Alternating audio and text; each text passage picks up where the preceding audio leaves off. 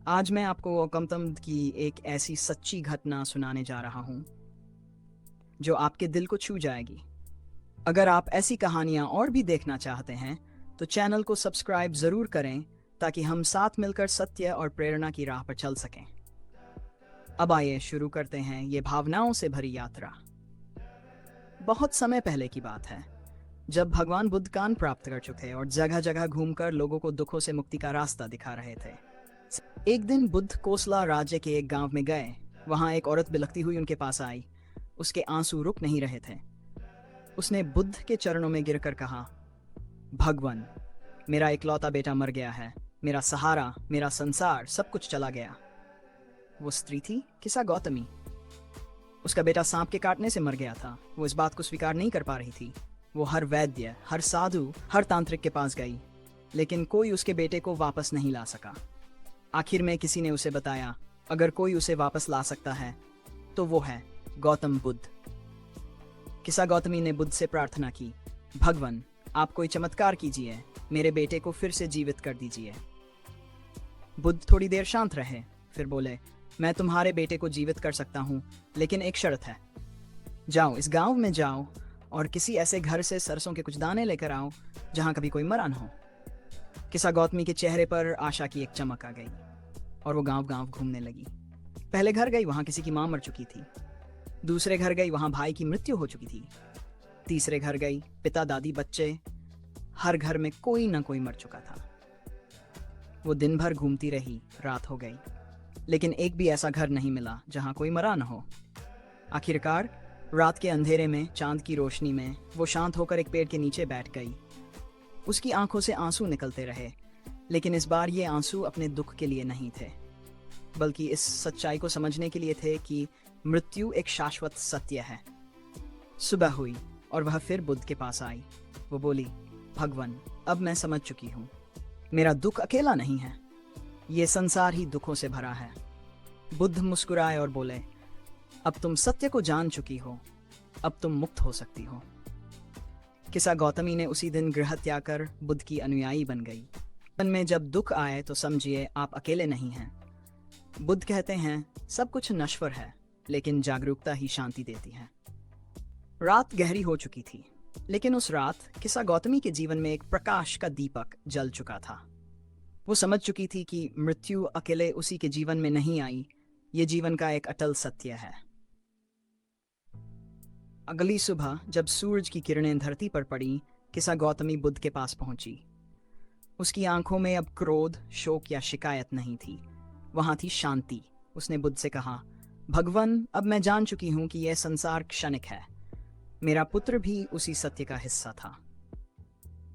बुद्ध मुस्कुराए और बोले, तुम अब तैयार हो सत्य को समझने के लिए, जीवन को वैराग्य से देखने के लिए।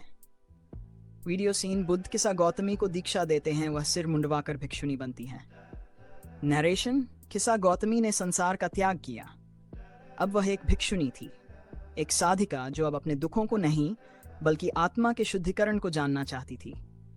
वह बुद्ध के साथ यात्रा करती रही, उपदेश सुनती रही, ध्यान में लीन रहती। एक दिन जब ध्यान करते हुए वो अपने भीतर झांकने लगी तो उसे एक और गहरा सत्य मिला।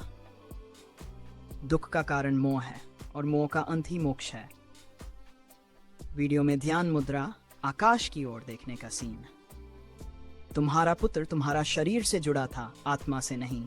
आत्मा जन्म और मृत्यु से परे होती है, उसे जानो, वही शांति का मार्ग है।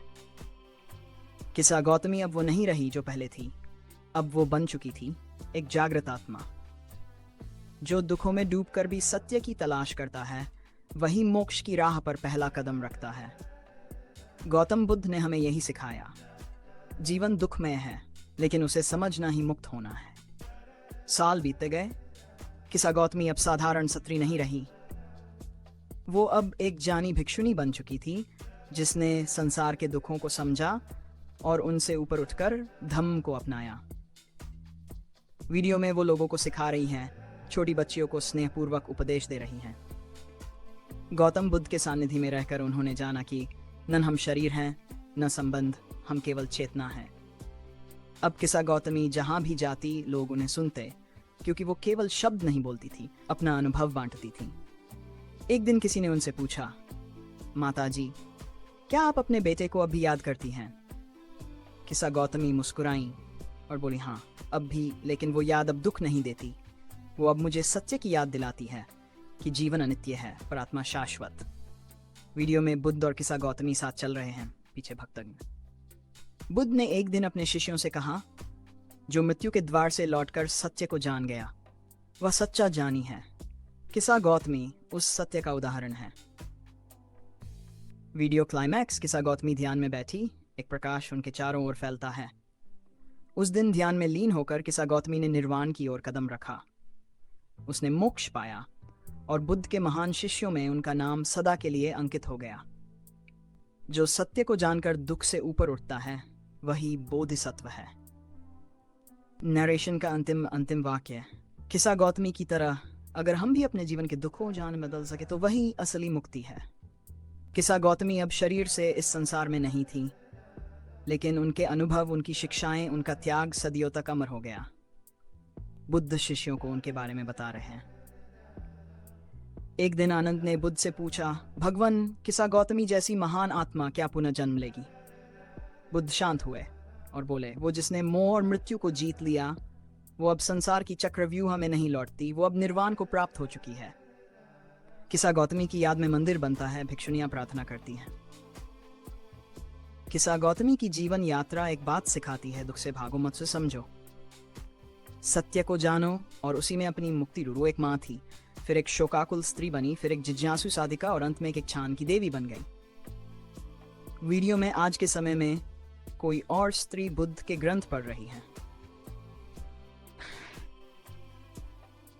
आज भी जब कोई माँ अपने बच्चे की दुख में टूटती है, जब कोई इंसान जीवन के दर्द में, किसा गौतमी की कहानी उसे उठने की प्रेरणा देती है। वीडियो क्लोजिंग सीन, मंदिर रोशन का अंतिम संदेश। कुछ कहानियां समय से परे होती हैं क्योंकि वे आत्मा को छूती हैं। किसा गौतमी की कहानी सिर्फ बुद्ध की नहीं, हम सब की कहानी है, दुख से जान तक, अंधकार से प्रकाश तक। श्रद्धांजलि, किसा गौतमी जो रोई भी और फिर स्वयं दीपक बन गई। ये सिर्फ एक कहानी नहीं थी, ये जीवन का आईना थी। अगर इस कहानी ने आपके दिल को छुआ हो तो एक सब्सक्राइब जरूर करिए, क्योंकि हम ऐसी ही कहानियां लाते रहेंगे जो रुलाएंगी भी और राह भी दिखाएंगी। मिलते हैं अगले वीडियो में। जय भीम, बुद्धं शरणं गच्छामि।